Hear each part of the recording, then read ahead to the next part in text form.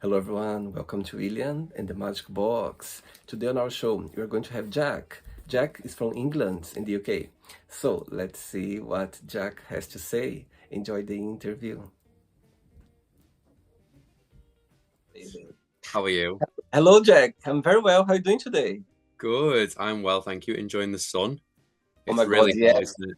It's a beautiful day today for sure. I think this year, nobody can complain about the weather for summer, No, for sure.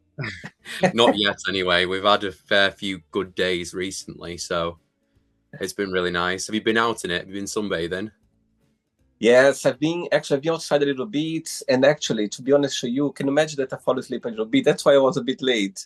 I literally was I was outside, I was outside like enjoying the sun a little Yeah, bit, and I had some water, and I literally just slide down a little bit, and suddenly I was like, oh my God, I was that's literally quite. fine. Yeah, a quick nap, feeling fresh. It's So good. tell me where you're from, Jack. I am from Warrington in the northwest. I see. So tell me something interesting about Warrington. Oh, well, the only things that Warrington's kind of famous for, I think, are we have a really big IKEA that you can see from the motorway, and probably Kerry Katona. She's from Warrington, so not the best claim to fame, but yeah, they're probably the two. And how far are you from London? A long way. I would probably say it would take me driving maybe 4.5 hours. Wow, that's not that Yeah, that close for sure. yeah, it's quite far away. I'm right up in the north, but not so far as obviously Newcastle. We're kind of just in the middle. I So see. And there's a place where you're born and raised, yeah? yes, yeah, I see. And what do yeah. you do for work for a living, Jack? I am a life coach. Yeah. Okay, so tell me a little bit more how everything started. So how I came to be a life coach. Yeah. It's a little bit of a more personal story, but I basically have been working in customer service and sales, so Okay. corporate life, for I would say over 10 years. Okay. And straight from before university, and then straight through university, and then after university, working in corporate life. And I worked at a company that was really good. It taught me a lot Mm-hmm. about business, about customers, about life in general.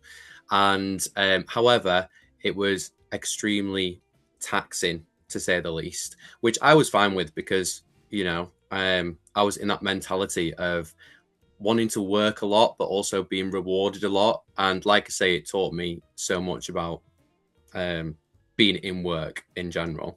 However, it got to the point, I would probably say about 4 or 5 years in, where I was working a lot, like probably like 6.5 days a week, going out every weekend as well, because there was that like constant like treadmill of just like constantly working, and then work hard, play hard, work hard, play hard. And then it got to the point where I got so burnt out from it that I was hospitalized. I got a heart condition um, Wow.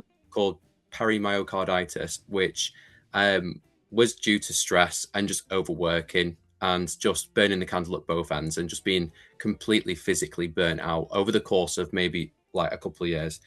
And at that point, then I had that was kind of like a wake up call. So I decided to leave that job and change into the mental health industry. Mm-hmm. So mental health well-being industry, and then I came across life coaching because I wanted to pay that forward because I made such dramatic changes in my life. So I got fit, lost a load of weight, stopped drinking, stopped smoking as well. Like lots of bad habits I kind of just did away with over the course of maybe a year. Amazing. And it took that point where I had to physically change my life. Otherwise, it would have just got worse and worse and worse.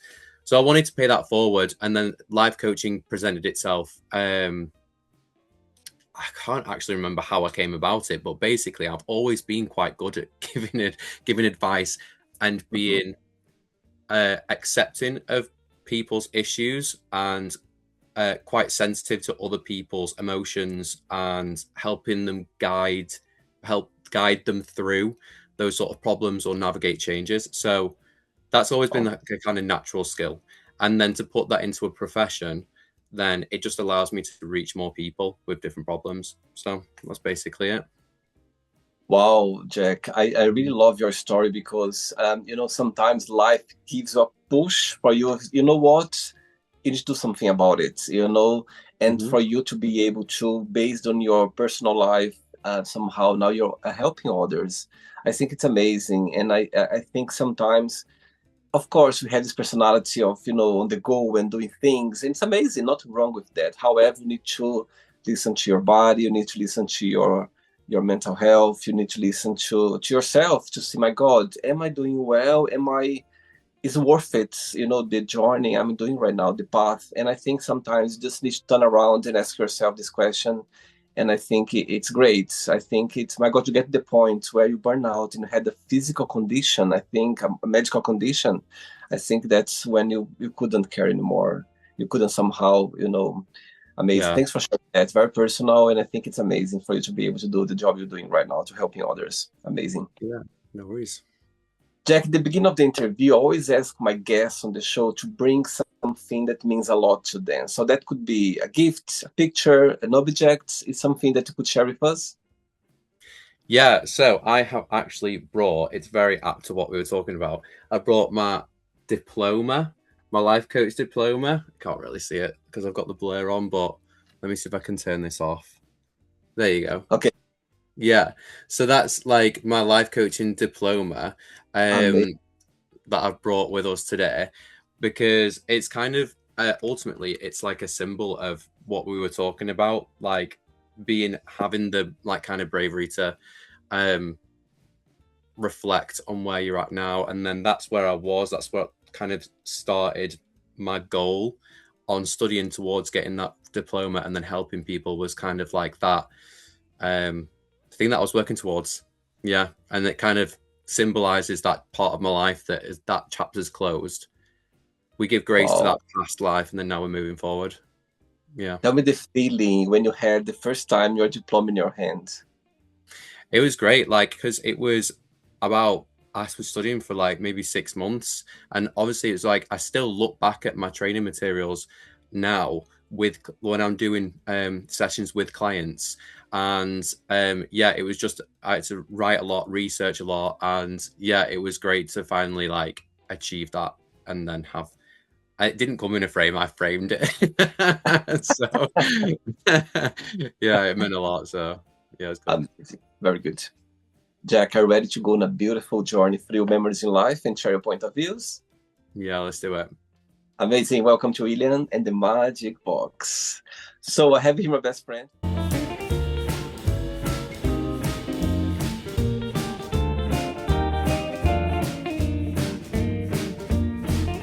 Run the fun questions. So what I'm going to do, I'm just going to play a song just for us to relax before the first question, okay? Yeah, that's fine. Let's do it. Right, before I start the interview, during the journey, if it comes up a question that maybe you don't want to talk about or you don't want to answer, always can take another one, okay? Yeah, sure. Right, first question is, there's going to be a bit, I think going to be easy for you. What's the biggest risk have you ever taken? The biggest risk. Oh, I think having that career change was like a really big life change. Anything like that where you're very comfortable in where you are now, good wage, very used to that, very used to the way of working. Obviously, big teams, you've got work friends, etc.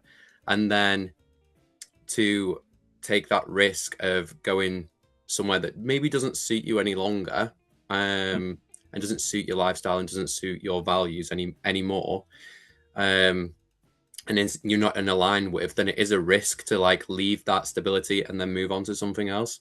So I'd probably say that big career change. Yeah. Even though you are aware about know that journey wasn't health for you, but what do you miss the most about that? What for you was the most enjoyable part of being in the environment you were before, or maybe the journey that you're working before? Yeah, I think the thing that I missed most about it was well, obviously, like in some way the people, like I always say the people is what kind of makes work in your relationships with people, because like the job you might not necessarily like enjoy doing. It might not be a passion of yours, but it becomes that passion because of the relationships that you have. And I think that's just like life in general. Like whatever you do, as long as you're surrounded with people that you enjoy doing things with, then yeah. So I'd probably say the people. I think in terms of the teams, like the teams are quite big as well, and I have stayed in touch with a fair few people from that part of my life, which is lucky as well.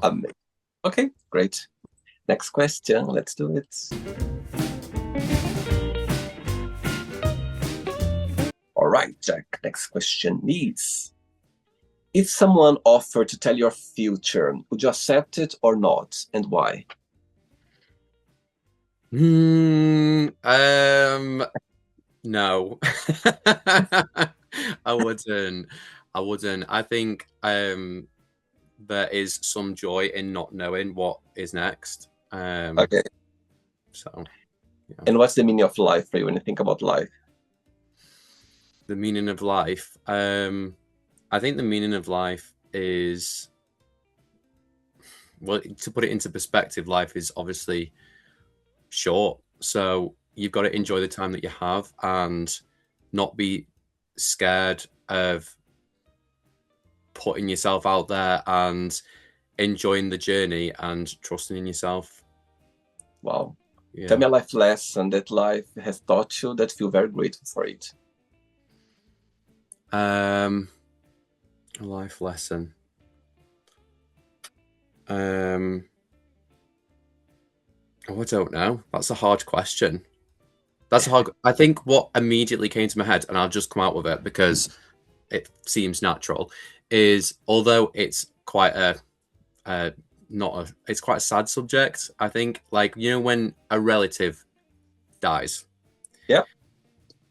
And they pass away. And then that really puts into perspective, especially after the fact, what life is about. Because, for example, when a grandparent dies or whoever, and they die of old age, they accumulate all of this life stuff, a house full of things, etc. And you can't take it with you.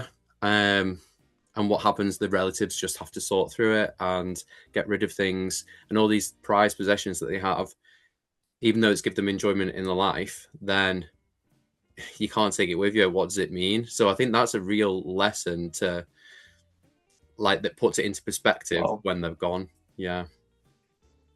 To not. I know you're very sick. I know you are very young. You are very, young age. However, aging for you is something that bothers you, or you just see as a matter of life?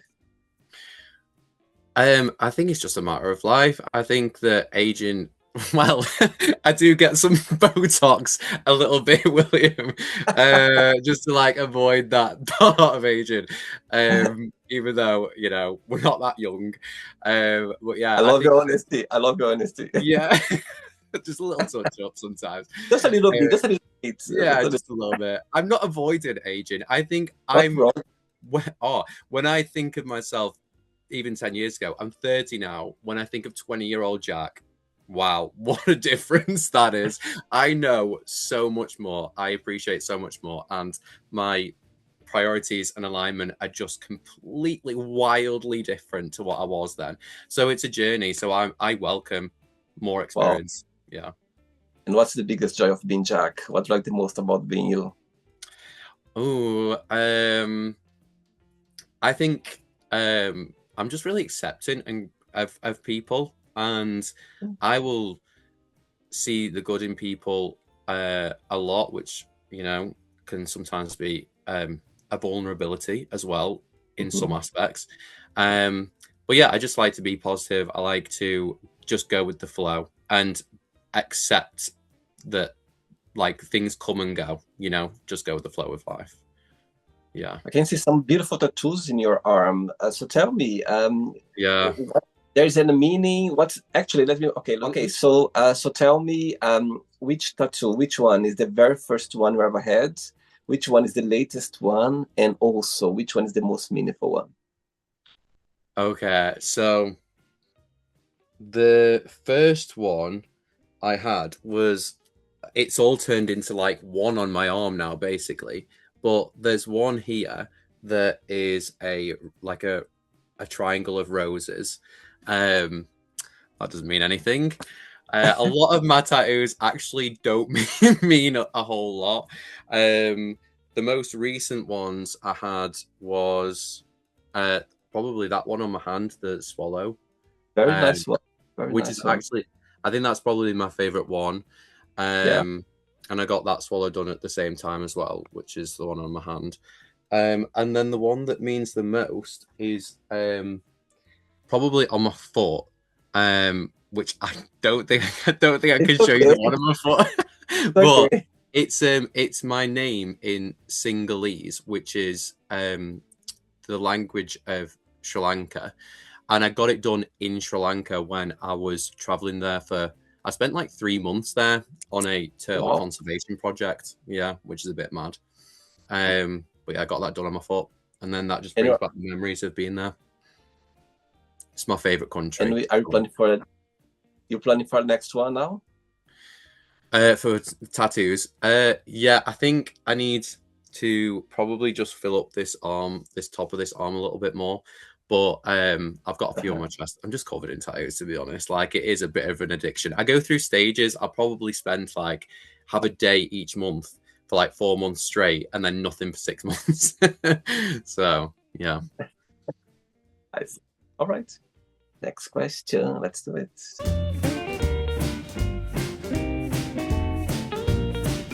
All right. So before the next question, what's the biggest joy of being a life coach? What do you like the most about it? That's a really good question. I think that life coaching is not many people know what it is. Mm-hmm. I think that like to describe a life coach, then in my life coaching anyway, then it's kind of like a teacher or a trainer or a guide. And I compare it to being a personal trainer at the gym, but for life goals and changes in life. So I get the most enjoyment from the self-discovery part of the journey that I take clients through. So a client, for example, might come to me with a goal that they want to be more confident in some capacity. They might want to be more confident at work because they want promotions. They might be more, they want to be more confident in social situations because they want a larger social circle or whatever it might be. But then what they often don't know how to do or where to start, and that's my job to guide them through, is to do that internal reflection and exploration of what does confidence mean to them? Why do they want it? How are we going to get there? Like, I need to hold them accountable to put in the reps and then build that confidence like muscle, for example. So yeah, taking them through that journey is extremely validating, and I'm extremely grateful to be in a position where I can help people through that. But right at the very start, when we start talking about what does that mean and why do we want it, and like doing that exploration internally, that gives me really good feelings, yeah, to help people through that. And most of the people, your clients or people that you are working with, they are more males, females, or a mix of them? There's a mix at the moment. I'm working with just male people at the minute, yeah. So but you know, I've worked with females before. It's a little bit of a mix. It's more towards the male side at the minute, and I think that's just because it's relatable, probably being with a male life coach. But yeah. Okay. Next question is, what 3 things are you most grateful for? 3 things that I'm most grateful for are, I would probably say, my family and that network of support. My dog. Oh, yeah, I love my dog so much. That is, what I've had her from. Name is Marcy. And Yeah. how old is Marcy? She's 10 months now. Oh, it's a puppy still. Yeah, Oh, just a sweet. baby. She's Oh, an Italian greyhound, so she's just a small little dog, but she gives me a lot of joy and a lot of stress, but I love her the same. And grateful else, I think. I think just I don't know. It sounds cheesy, but like the journey that I've been on, I'm grateful for. wow. Even the challenges in life, I'm still grateful for. Talk about family. Which person in your family, sometimes when you're feeling the lowest for some reason, not feeling great, this person comes to you for you to somehow share or talk a little bit about it. And at the same person, when you're feeling the greatest, you feel like, oh my God, I need to share this news. I'm feeling great right now. Which person comes to your mind for both situations? Uh, Probably either my partner Kobe, my boyfriend, or my mom. I would say, yeah. Okay, so both of them, they're watching this interview right now and you have a moment, an opportunity to send them a message. What would you say? They're watching. Oh my God, you putting me on the spot here, will you? I'm just really grateful for them being there in the highs, the lows, and I think that's ultimately how we've created like a safe space that we can share whatever we're going through. And I think I draw a lot from them in my work and daily life on creating that open, safe space for other people as well. Sweet, very sweet. And what's the biggest difference between you and your partner, your boyfriend? And what's the biggest similarity between both of you? Um, Very easy for the difference. I am extremely tidy and organized, but Gobi is not.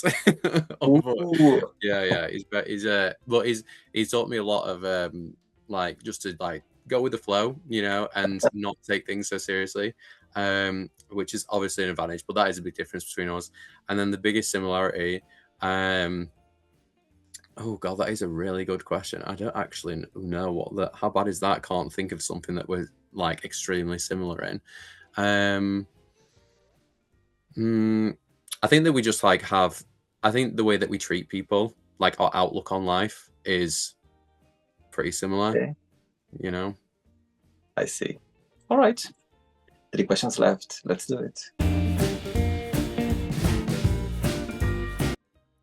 Okay, next question for you is, if you could have a superpower, what that would be and why? Oh, probably the ability to like teleport to different places.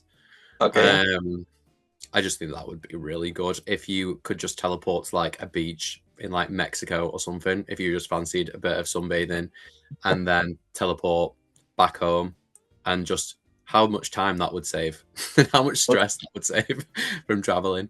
So that'll be it. And if you could teleport yourself right this moment, right now, where in the world would you go right now? Oh, right now, I Yeah. would probably go to Tenerife. I love Tenerife. Anybody who knows me, if anybody watches this, I go to Tenerife every year Wow. because it's just brilliant. Like it's got everything that you want. So, yeah, there. Wow. Tell me something, Jack. When you describe your journey as a life coach, you mentioned about mental health, yeah? Yeah. In your opinion, what's the biggest cause of mental health, let's say, issues in people right now, based on your experience or based on your studies? What do you think is the biggest one that somehow people they are suffering or they don't know how to deal with, somehow is holding them back? There's something you Mhm. could share? Yeah, of course. So obviously, mental health is such a broad topic, and there is a boundary from what I do in terms of life coaching and then counseling, for example, or psychotherapy. So counseling and psychotherapy are very much on looking at past traumas and Mhm. the past, and which is like a huge important part of anyone who wants to kind of reconcile what they're feeling at the minute. Life coaching is very much where you are now, where you want to be future. That's kind of like how I set that boundary and like look at the differences.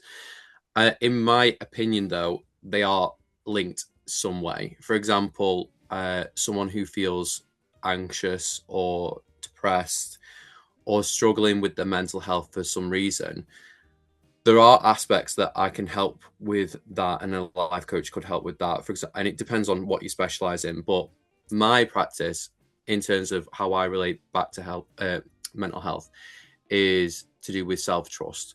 So I call myself the self trust coach on Instagram Wow. because I genuinely believe that self trust is kind of the root and absolute core of so many different topics about self improvement and achieving your goals, which is kind of like an antidote to anxiety, because anxiety is all about lack of control over the future and worrying about that, you know? Whereas self trust, the way that I describe self trust is the ability to back yourself in uncertain situations. It's the confidence to speak your opinion without fear of rejection and your right to claim a space, and, you know, being comfortable in situations where you don't know the outcome. Like really trusting yourself that you will be fine no matter what happens, whether good, bad, whatever. That's like the kind of the opposite of anxiety, isn't it? So that's kind of what we look to fixing. But yeah, I think that people come to me with problems with anxiety. They feel stuck. They feel unhappy. Um, and I think that's just getting more and more common, unfortunately, with just the way that the world's going. And I think that those coping mechanisms and reaching out to people is like a huge, huge thing, whether it's a professional or friends or family, or, you know, putting in that work, because everyone is able and everyone's capable of surviving the hardest days. You know, they just need, sometimes they need a little bit of help, which is fine. I like that about self trusting ourselves first, or self trust. I love that, Jack, and it makes sense because, in the end of the day, you need to trust yourself, your guts, or your feelings. You know, even though sometimes you're not in a good place, but trust yourself. Trust that you can heal it somehow. You can talk to someone, or you can express that. But it's about love yourself at the same time, because it's about knowing who you are. You know, trust your feelings, your guts, or your way of approaching life. You know what I mean? It's a way of loving yourself, I believe. Yeah, 100%. I completely agree. Yeah. Do you believe that happiness is a choice? Happiness, I think in some ways, yeah, I think there's there's a difference between reaction and response. So if some Hmm. when we think about happiness, you know, that's like an innate feeling of joy, whether that's external or internal, the source of that joy, you know. And I think when people talk about happiness, then they talk about like their external factors that happen to them. And I think that there is a choice there, how you Hmm. respond and the cards that you dealt with, um, to make your own happiness and choose that, you know, and choose happiness. But on the other hand, then there's certain things that may have happened to a person in their past that they need to work through in order to have that happiness. So it's a good question. It's a good question. There's definitely a complicated answer. So I get your point. I think we aim for happiness. I think we it's a not natural thing for us to look to be happy or try to be happy all the time. And sometimes it's just not there, and it's okay as well. You know what I mean? Sometimes not there for circumstances that's not up to us somehow to deal with or to face it. So I get your point for sure. yeah, is it? I guess a follow-on question for that that's just come to my head for the happiness point is happiness achieve attainable, or is happiness a state of feeling on the journey of life, you know? Like, Yeah. as at one point, can you say, right, I've achieved happiness? I don't think Definitely. you can. I don't think you can say like I am. You can say that you are happy in this present moment of time. You have a state of happiness, but to achieve happiness, then I don't think that that's something that you can achieve. Or can 100%. attain. Yeah. 2 questions left. Let's do it. Philosophical. Okay, before the next question, being a life coach, of course, you're coaching people, you're helping people, you are guiding people at the same time. And sometimes there's some energy, that somehow we cannot avoid, and it's okay. There's some energy that maybe, it's a bit drained or a bit too much or too strong that somehow you can bring to your personal life somehow. Maybe, somehow you can reflect to it. So my question for you is, there is a way for you to block yourself sometimes, not to somehow take that to your personal life, or not to be involved in a way that's gonna somehow affect you, if you know what I mean? I understand. Yeah, and it's a really good question and something that you have to think about when you become a life coach or a counselor or anyone who deals with people who have issues and want to change. Then you've got to almost in a way decompartmentalize your coaching self from your personal life. And I think that is just so common with so many people generally. When people go to work and then they have a bad day at work and then they bring it home and then they might have a go at the partner or, Yes. they bring that frustration.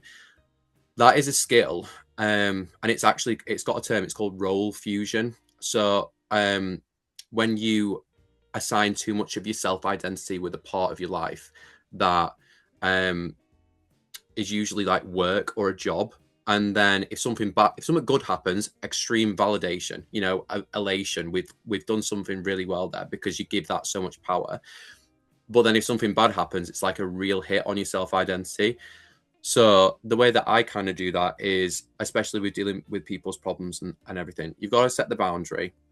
Mm-hmm. I don't really talk about I tell my story of how I came to life coaching and stuff, but I don't really talk about like my personal life with clients because there is that professional boundary there. I also have supervision. So once a month, I meet with a clinical psychologist and we spend an hour to check in on me, which is really useful. To have your accreditations and insurance, you need that supervision. All practitioners need it basically. Love that. To go with a peer, sit down with them, and he'll be asking me, what's going on with you, like what's going on with your clients. It's completely all confidential. Obviously, we don't share any client information whatsoever. But I'll say to him like, oh well, this has come up in a session, and it's kind of like brought some emotions up with me or whatever it is. So yeah, I have that monthly check-in to discuss it with someone, and then also the boundaries there that I set for myself. So Very good one. That's very that's a good really good way. question now. That's a really good question, William. I like that one. Yeah, I think it's very good for you to ground yourself, to protect yourself as well. You know what I mean? Because at the end Yeah. of the day, we are human beings, and sometimes when you hear stories that can be, not that good, you Mm. need to somehow protect, because you can find yourself, involved somehow. Yeah, yeah. It's like empathizing with them too much. Yes, Yeah. exactly. It's a natural thing. I think all of us, we have that. I think something natural. And you, as a professional, you need somehow to find a way for you to, not even to block it, but somehow to deal with in a way that's not going to take to your personal life and affect yourself as well. Yeah. Yeah. 100%. Yeah. Maybe. 100%. Next question is, those questions come to you now is always maybe, somehow based in energy we are talking right now. And I even got Mhm. goosebumps now just reading the question. It's amazing. I love that. Yeah, nice. Tell us something that you have done that you feel very proud of yourself. Oh, very proud of myself. I think I can look at like individual things that I've achieved like in my career, that has given me a sense of pride. Um, but I think the main thing that I am proud of that's happened in the past like couple of years is sticking with my fitness journey. And that is something that I've always struggled with through my 20s. Obviously, as we've said, not the most healthy lifestyle that I used to lead. Mhm. But I've got into CrossFit, which my brother got me into it because my brother's really fit and he's he competes with CrossFit and everything. He introduced Wow. me to a CrossFit gym last October, and we have been, I've really taken to it well, and also consistently done it for like almost 10 months now, I think. So Wow. that's something that I'm really proud of keeping up, because Wow. consistency and sticking to something like that for an extended period of time is not many people. I certainly would never expect myself to do that like maybe 5 or 6 years ago. It is hard. So that Interesting. sense of pride of like coming on with that is good. Yeah. Well, fitness, it's great. It helps your mind, helps your physics. It helps everything about you. You clear, you just think properly. It's more clear and ideas Yeah. and everything. It's hard sometimes when you didn't sleep well, or you know what I mean. It can happen some days, Yeah. but after that, when you do it, you go like, my God, I feel great right now. I think 100%. fitness overall is just it's a great way of living for sure. Yeah. And a great What will be the social tool as title? well. What will be the title of your memoir one day? My memoir, oh my gosh. I don't know. I don't know. Life of the self-trust coach. Why not? Why not? Don't know. Last question. Ready? Ready? Let's do it. Last one. You like dancing, Jack? Maybe after a few drinks. Before the last question, what your journey as a life coach has taught you so far? Ooh. I think the biggest thing is probably letting go of being afraid to put yourself out there. A big Mhm. thing about it is obviously marketing yourself, and you've got to be in front of people and be confident to back yourself and your services and have that impact on people's lives and help people. And yeah, it was hard at the start to start posting on social media and doing videos and everything else that needs to happen to market yourself. I'm sure you can Wow. relate to that. And that's really taught me that it's not that big of a deal. And once you've got over that initial fear, and you don't upload something and then delete it like 10 minutes later because it's not got like 100 views or whatever, that was like at the very start, then it's not that deep and you're just having a good time. And when you look back now, look at all the stuff that you've made. So My God, you're answering your question. You made me go to the very beginning of the Magic Box, Jack. I remember, the idea was there. I've got everything ready. I just need to start recording the yeah. interviews. And I remember a friend of mine, he Welsh, and I didn't know how to start, literally how to start. He said, William, you need to break the ice. It's just you can do that. There's nobody else. You just need Mm-hmm. to, you get the idea, you know how to do it, but you need to break the ice because the ice is there. And I was Yeah. like, oh my God, how am I going to do that? I remember like having the music on my side, my laptop and the camera, everything. I was like, I don't know, how can I start that? And he said, it's you, it's going to do it. And suddenly I said, okay, let me do it. And I broke the ice. And Amazing. it's amazing because when you did the Yeah. first step, oh my God, it was Yeah. such a free moment. I felt like, oh my God, that's exactly, now I know. I broke the That's ice. incredible. Yeah, That's that's amazing.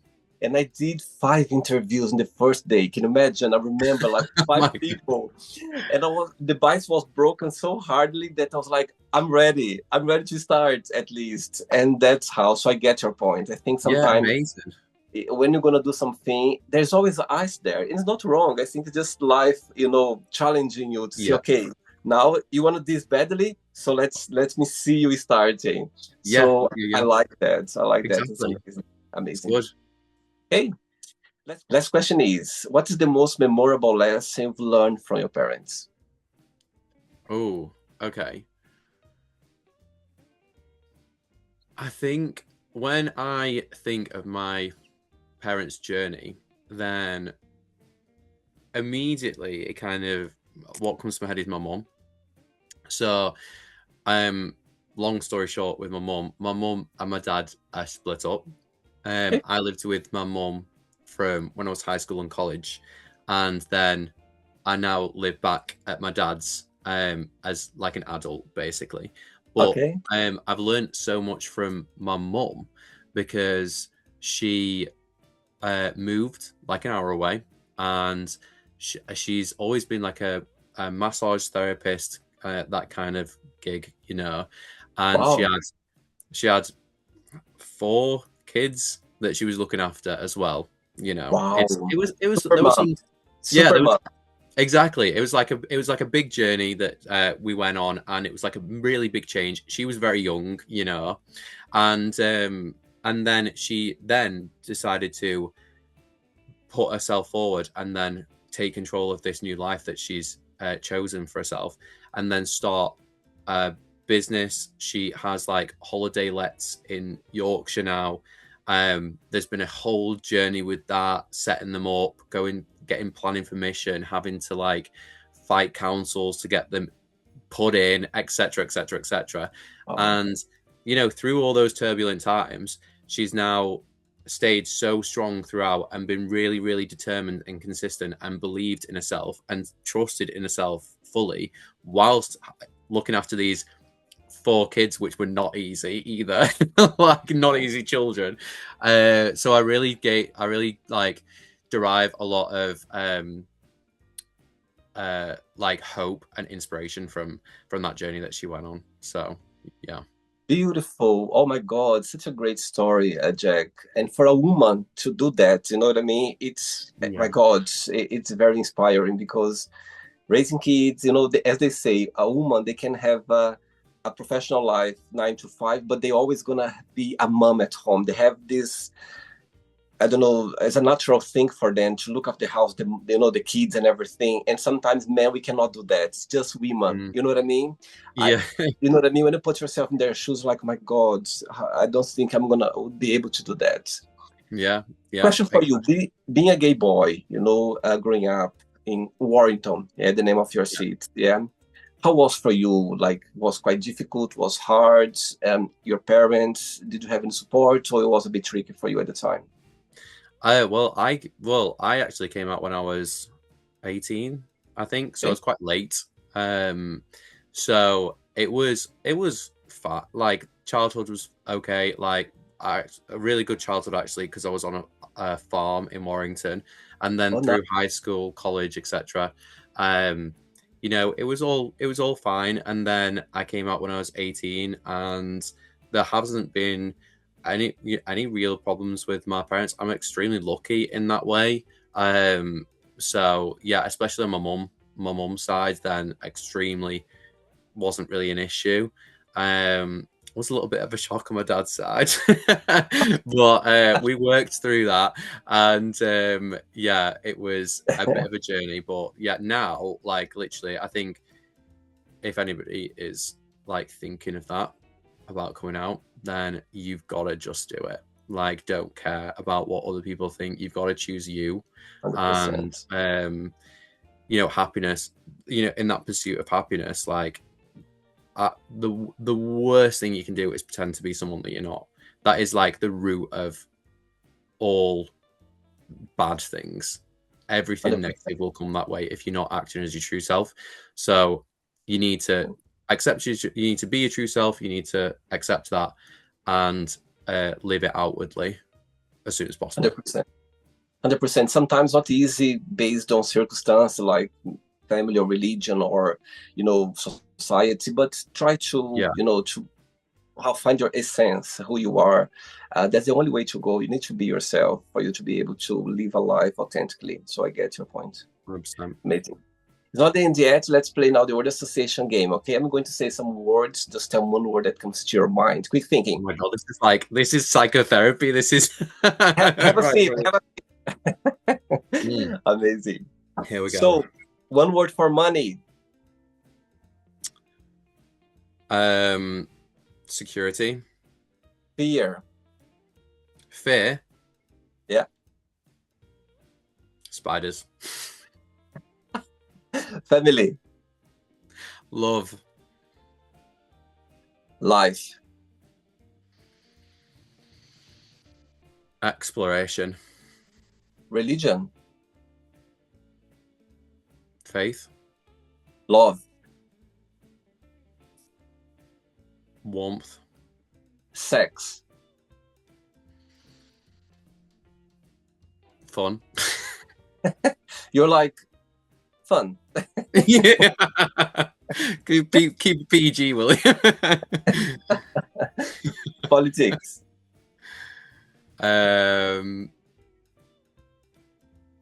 Polarizing. Friendship. Love. Again. Desire. Desire. I think love again, really. That's just come to mind. Yeah. Okay. Regrets. Shame. Success. Happiness. Wish. Wish.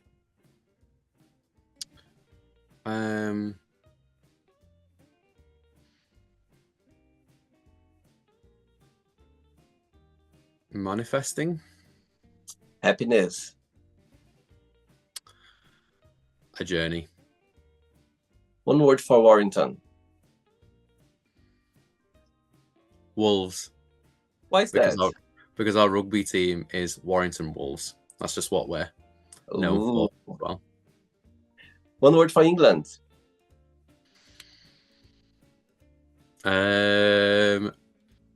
Rainy.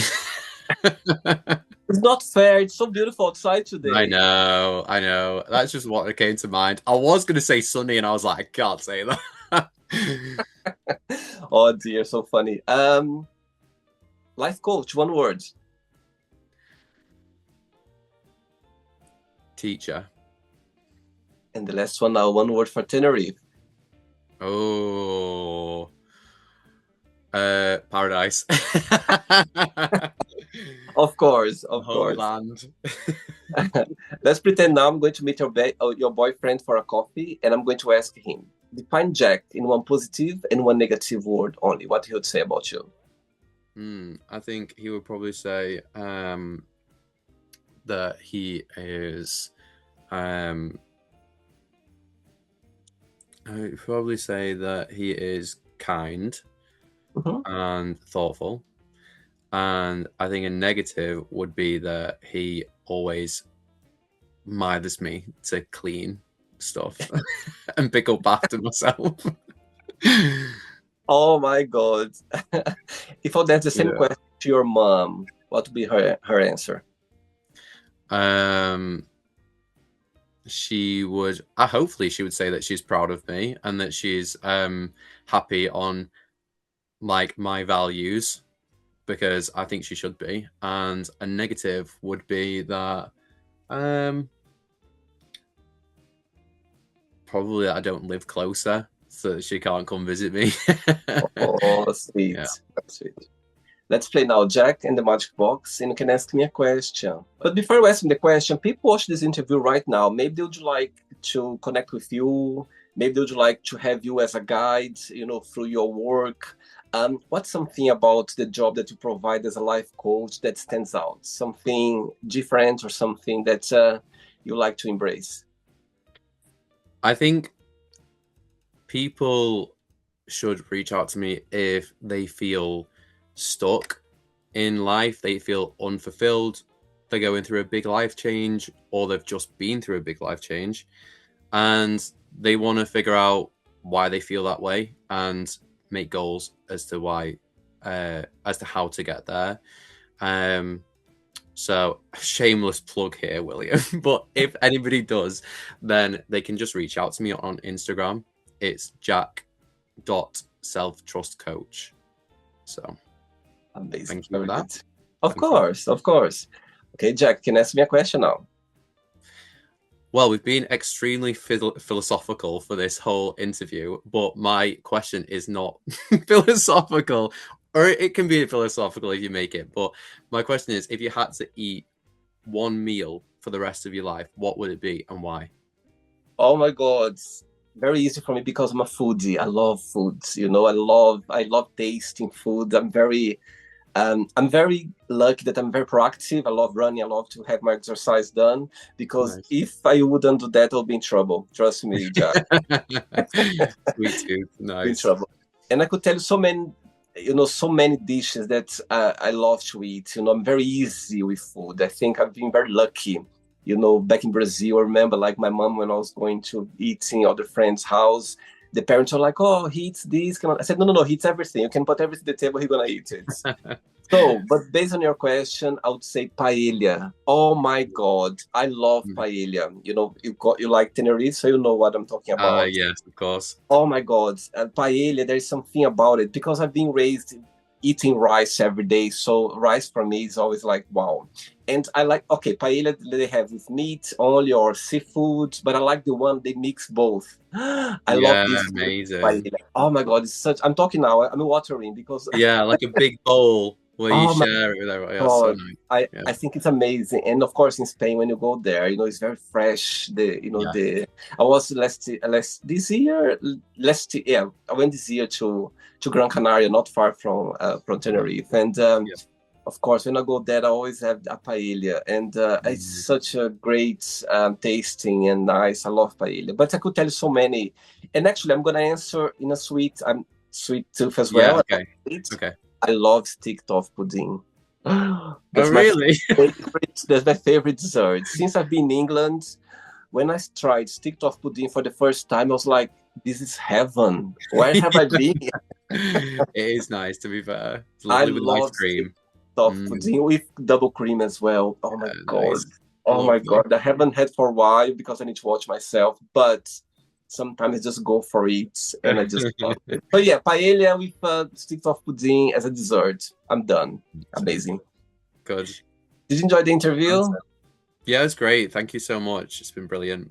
Thanks again, Jack. Thanks for taking the time for the interview. Thanks for being so kind. I love your story about you somehow based on your life experience. You turn around, you start something new, and now you're helping others. I think that's very inspiring, and it's amazing to see that and for you to be able to talk about it as well. It's about not just healing, helping, but it's about get to know yourself better and people watching as well. I'm sure they appreciate because you never know. Sometimes people they are trapped in a career or in a situation that they Yeah. don't see a way out, and see Yeah. someone talking so open about it, and you start a new journey, and I think it's very inspiring. So thanks for being so open and talk about that as well. No worries. Thank you. And before you go, if you can share a positive message, a positive quote, or anything that you live by. Yeah. So I chose one from Aristotle, and it is, "We are what we repeatedly do. Excellence, then, is not an act, but a habit." Wow, I Yeah. love that. That's so Nice. true. I thought that's good. That's very apt to what we were talking about with you starting the interview series as well Yeah. as me starting the thing, because you've got to put it out there, make it real. It's not going to be perfect, but if you keep No. repeatedly doing it, then that's how you get excellent. And you know what about that as well? I'm gonna add another fun fact on that first day when I started doing the interviews. Of course, when I started doing the interviews, I didn't have the website, my page wasn't there, I didn't have the clips of the interview. So imagine someone reach out to you, said, "Oh, I'd like to invite you for a magic box question." You go like, "What's that?" You know what I Yeah. mean? So my first guest, four guests, there were four friends. I have one was in Miami, one in France, another one in Paris. So I had four guests. And the fifth guest, the last one, was a random person that I explained for him. And he said, "Yes, of course, why not?" Yeah. The interview was amazing, Jack, like with him. And I Oh, was ready, the ice was broken, so I was more comfortable, this and that. But yeah. guess what happened? I What? forgot to press the record button. Oh no. Jack, you have no Oh idea. no. I know it was a life lesson in the first day of the interviews, because that's Wow. why when I reconnect, the first thing I do, I press the button, because Yeah, if I start talking, I get very excited about the interview and I forget about it. So, yeah. oh my God, it was such a lesson. I couldn't believe Oh it. It god, was it's such a great interviews no and one interview I heard. did it, Oh and well. nobody. I know it's about learning, so I love your quote because of that. It's you just need to do it. It's amazing. Yeah. Don't worry. Take care, okay? Regards to your boyfriend, to your family and friends, and you keep in touch. It was a pleasure having you on the show, Yeah, okay? thank Enjoy you. your day. Take Thank care. you so Bye-bye. much. Bye. Bye. So, did you like the show? Don't forget to give a like, to share it, and also don't forget to subscribe to the channel. And if you'd like to be part of the show as well, first, subscribe to our channel, and after that, just go to our website, www.williamandthemagicbox.com, and send us a request saying why you'd like to be part of the show. And I see you there. Bye-bye. See you next time.